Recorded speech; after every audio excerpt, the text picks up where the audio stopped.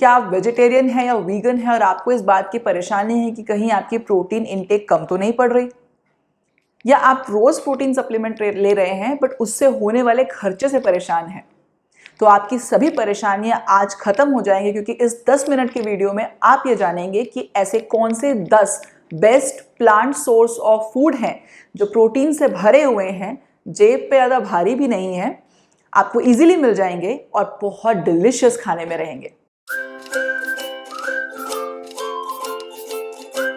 नमस्कार, स्वागत है आपका आपके YouTube चैनल में जिसका नाम है माय एक्सपर्ट डॉक्टर। मैं आपके साथ हूँ डॉक्टर शालिनी सिंह सालुंके, आपकी कंसल्टेंट फिजिशियन। पिछले एक डिकेड से हमारे सामने ऐसे एविडेंसेस आ रहे हैं जिनसे ये प्रूव होता है कि रेगुलर कंजम्पशन अगर हम मीट का करते हैं या पोल्ट्री का करते हैं तो कुछ बीमारियां होने की शंका बढ़ जाती है, जैसे कि diabetes, blood pressure, cholesterol, heart problem, obesity. अब इन सभी प्रॉब्लम्स में एक बड़ी प्रॉब्लम और ऐड हो गई है जब WHO मतलब वर्ल्ड हेल्थ ऑर्गेनाइजेशन ने रिसेंटली एक स्टेटमेंट रिलीज किया है जिसके मुताबिक जो लोग प्रोसेस्ड मीट रेगुलरली कंज्यूम करते हैं उन लोगों में कोलोरेक्टल कैंसर होने की संभावना 22% से ज़्यादा बढ़ जाती है। मतलब प्रोसेस्ड मीट अब कार्सिनोजन, कैंसर करने वाले एजेंट के तौर पर शामिल हो चुका है। इन्हीं बढ़ते हेल्थ हैजार्ड्स के चक्कर में बहुत सारे लोग वेजिटेरियन या वीगन डाइट की तरफ शिफ्ट कर रहे हैं, बहुत से सेलिब्रिटीज भी। बट ये सब एक बड़ी प्रॉब्लम का सामना करते हैं, एक क्लेम के कारण जिसके मुताबिक vegetarian sources of protein insufficient होते हैं, इनएडिक्वेट होते हैं आपकी डेली रिक्वायरमेंट्स ऑफ प्रोटीन को फुलफिल करने के लिए। अगर आप भी वेजिटेरियन हैं या वीगन हैं या बनने की कोशिश कर रहे हैं तो ये प्रॉब्लम आपको भी सताती होगी कि कहीं आपकी प्रोटीन इंटेक कम तो नहीं रह जाएगी। क्या हो अगर मैं आपको ये बताऊं कि वेजिटेरियन सोर्सेज भी पूरी तरह से आपकी डेली रिक्वायरमेंट ऑफ प्रोटीन को पूरा कर सकते हैं अगर उन्हें एक सही तरीके से लिया जाए। तो आप इसके बारे में और जानना चाहोगे, है ना? तो आज का वीडियो ध्यान से देखिएगा, अंत तक देखिएगा, क्योंकि इस वीडियो में मैं आपको प्रोटीन से जुड़ी बहुत इंपॉर्टेंट क्वेश्चंस के आंसर देने वाली हूं। इस वीडियो का हर एक सेकंड पूरी इंफॉर्मेशन से पैक्ड रहने वाला है, इसलिए बिल्कुल आखिरी तक ध्यान से देखिए, छोड़िएगा मत बीच में वरना कुछ मिस हो जाएगा आपसे। तो चलिए बिना देरी के वीडियो को शुरू करते हैं। तो चलिए पहले क्वेश्चन की तरफ बढ़ते हैं कि protein, adequate amount of protein लेना हमारे लिए एसेंशियल क्यों होता है। तो प्रोटीन्स हमारी बॉडी में ना बिल्डिंग ब्लॉक्स का काम करते हैं। हमारी बॉडी में चाहे सेल्स हो, टिश्यूज हो, ऑर्गन्स हो, इन सब के बनने के लिए और इनके फंक्शन करने के लिए प्रोटीन्स एसेंशियल होते हैं। प्रोटीन नहीं तो कुछ भी नहीं। इसके अलावा प्रोटीन के और भी बेनिफिट्स होते हैं, जैसे कि नंबर 1, अगर आपने सही मात्रा में प्रोटीन लिया है तो आपकी एपेटाइट और आपकी भूख ये कम हो जाएगी। क्यों? क्योंकि प्रोटीन से ग्रेलिन हार्मोन, जो हंगर हार्मोन है, वो कम होता है और वाई पेप्टाइड, जो सटाइटी हार्मोन है, वो बढ़ता है। इससे आपकी भूख कम होती है, आप कम कैलोरीज लोगे और आपका वेट लॉस होने में हेल्प होगी। नंबर 2, आपकी मसल मास इंक्रीज होगी, आपका स्ट्रेंथ इंक्रीज होगा। क्यों? क्योंकि मसल्स कुछ और नहीं है, सिर्फ एक्टिन मायोसिन नाम के प्रोटीन का कॉम्बिनेशन होता है। तो जितना आप प्रोटीन लोगे आपकी मसल्स बढ़ती जाएगी, आपको स्ट्रेंथ मिलती जाएगी और वर्कआउट में आपको हेल्प मिलेगी। नंबर 3, आपकी बोन स्ट्रॉन्गर होगी और ओल्ड एज के कारण जो ऑस्टियोपोरोसिस और फ्रैक्चर का जो रिस्क रहता है वो कम हो जाएगा, हड्डी टूटने का रिस्क कम हो जाएगा। नंबर 4, अगर आपने दिन भर में प्रोटीन रिच डाइट ली है तो आपको लेट नाइट में खाने की जो आदत है, सपोज कुछ खाने का मन कर रहा है, स्नैक्स लेने का मन कर रहा है, वो नहीं होगा और आपका हेल्दी वेट लॉस हो पाएगा। नंबर 5, ये आपके मेटाबॉलिज्म को भी बूस्टअप करता है, क्योंकि ये आपके बॉडी में कैलोरीज और फैट्स को और बर्न करने में हेल्प करता है विद सिमिलर एक्टिविटीज। जो आप पहले कर रहे थे वही एक्टिविटीज करोगे, बट अगर आप प्रोटीन अच्छा लोगे तो ज्यादा कैलोरी लूज होगी। नंबर 6, आपका ब्लड प्रेशर, कोलेस्ट्रॉल भी कम होगा। नंबर 7, आपकी बॉडी में इंजरी के बाद जो रिपेयर है ना वो बहुत फास्ट हो जाएगा। नंबर 8, मसल लॉस जो होता है एज के कारण वो कम हो जाएगा, जिसको हम सार्कोपीनिया कहते हैं, वो कम हो जाएगा। चलिए अब नेक्स्ट क्वेश्चन की तरफ बढ़ते हैं कि ठीक है, हमने मान लिया कि प्रोटीन लेना हमारे बॉडी के लिए बहुत जरूरी है, बट कितना प्रोटीन लेना हमारे बॉडी के लिए सही होता है?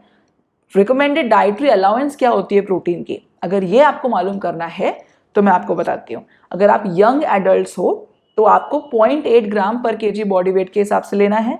अगर आप एथलीट हो तो 1.2 to 1.4 ग्राम्स पर केजी बॉडी वेट के हिसाब से लेना है। और अगर ओल्ड एज में हो या 12 साल से कम उम्र का बच्चा है तो 1.2 to 1.5 ग्राम पर केजी बॉडी वेट लेना होता है। जैसे कि फॉर एग्जांपल अगर आपकी उम्र 25 साल है और आपका वेट 60 केजी है तो आपको प्रोटीन कितना लेना होगा? 0.8 into 60 that is 48 gram. Simple calculation, ये एस्टिमेशन होता है, एग्जैक्टली इतना नहीं चाहिए होता, थोड़ा आगे पीछे डिपेंडिंग ऑन आपकी बॉडी एक्टिविटी क्या है उसके हिसाब से डिपेंड करता है। चलो अब तीसरे क्वेश्चन की तरफ बढ़ते हैं कि क्यों ऐसा माना जाता था कि जो vegetable sources plant based protein sources है वो इंफीरियर है compare to animal based.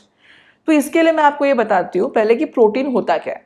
Protein जो है ना वो एमिनो एसिड से मिलकर बनता है, टोटल 20 टाइप के एमिनो एसिड्स होते हैं।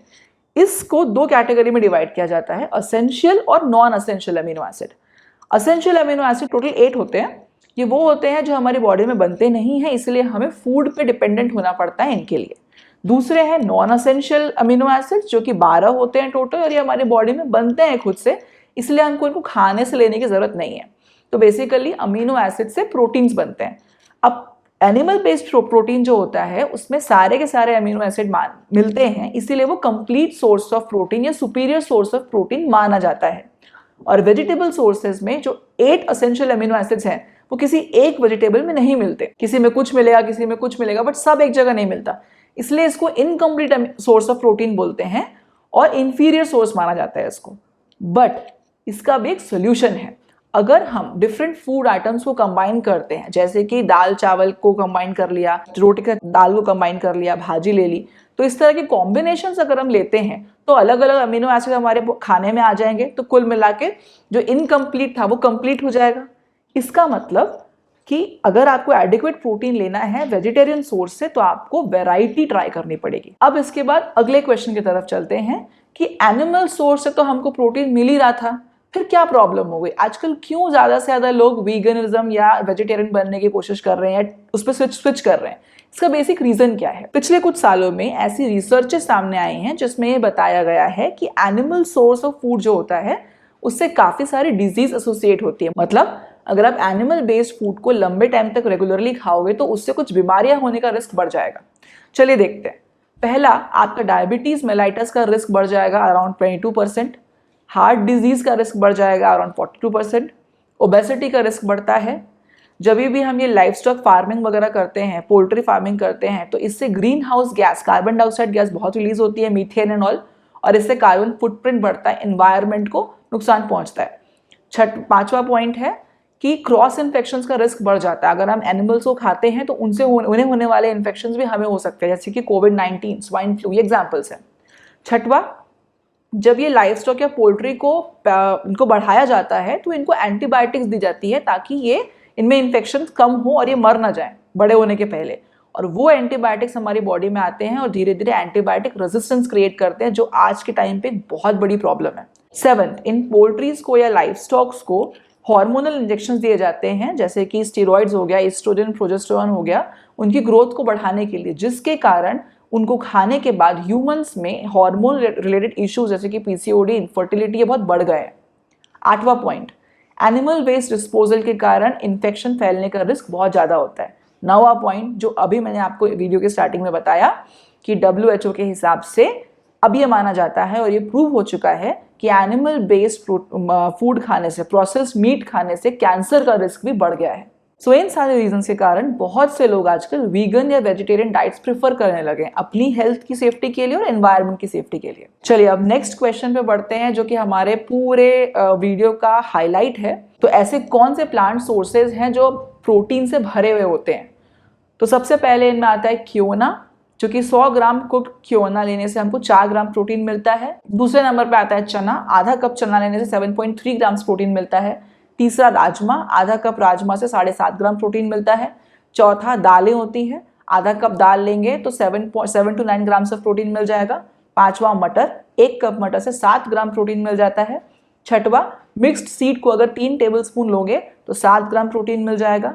सातवां 6 आलमंड ले लो, 6 बादाम, 10 काजू, 3 अखरोट, 10 पिस्ता, इस कॉम्बिनेशन इसको आप लेते हो तो 3.5 ग्राम प्रोटीन मिलता है। आठवां, अगर आप 100 ग्राम टोफू लेते हो तो 10 से 16 ग्राम प्रोटीन मिल सकता है। नौवां, अगर आप 100 ग्राम ओट्स लेते हो तो 10 ग्राम प्रोटीन मिलता है। 10वां, अगर आप 100 ग्राम सोक्ड सोया लेते हो तो 14 ग्राम प्रोटीन मिलता है। ये तो हो गए 10 ऑप्शंस वीगन के लिए, कंप्लीटली प्लांट बेस्ड। अब मैं 3 ऑप्शंस और दूंगी, डेयरी ऑप्शंस हैं ये, उनके लिए जो वेजिटेरियन हैं, जो मिल्क प्रोडक्ट्स यूज करते हैं। पहला, 1 कप मिल्क 8 ग्राम प्रोटीन देगा। 1 कटोरी दही 11 ग्राम प्रोटीन देगा, आधा कप पनीर 14 ग्राम प्रोटीन देगा।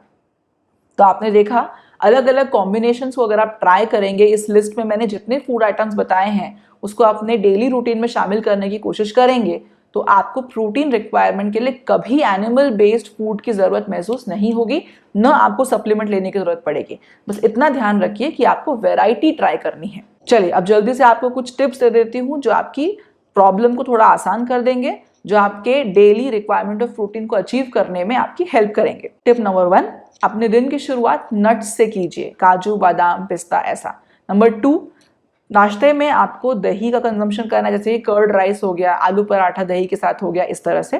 तीसरा, दोपहर के खाने में या रात के खाने में अगर सलाद ले रहे हैं तो उसके ऊपर थोड़ा सा सीड्स स्प्रिंकल कर लीजिए। चौथा, आप होममेड प्रोटीन शेक्स बना सकते हैं, जैसे अलग अलग नट्स का पाउडर बना के उनको दूध में या कर्ड में मिक्स करके थोड़ा फ्रूट के साथ मिक्स करके आप ले सकते हैं। पांचवा, आप नाश्ते में ओट्स या क्योना यूज़ कर सकते हैं नट्स के साथ, क्योंकि इसमें बहुत प्रोटीन होता है। छठवा, आप कार्बोहाइड्रेट और प्रोटीन को मिक्स कर सकते हैं खाने में, जैसे कि राजमा चावल हो गया, दाल खिचड़ी हो गया, थोड़े से घी के साथ में। सातवां, आप 1 ग्लास दूध या 1 ग्लास सोया मिल्क ले सकते हैं हर दिन के बेसिस पे। आपके प्रोटीन रिक्वायरमेंट्स को पूरा करने के लिए सिंपल टिप्स मैंने आपको बना के दी हैं। तो मुझे पूरी उम्मीद है कि अब आप ये समझ गए होंगे कि वेजिटेरियन सोर्सेज से भी प्रोटीन को एडिक्वेट मात्रा में लिया जा सकता है, आपकी डेली रिक्वायरमेंट ऑफ प्रोटीन पूरी हो सकती है।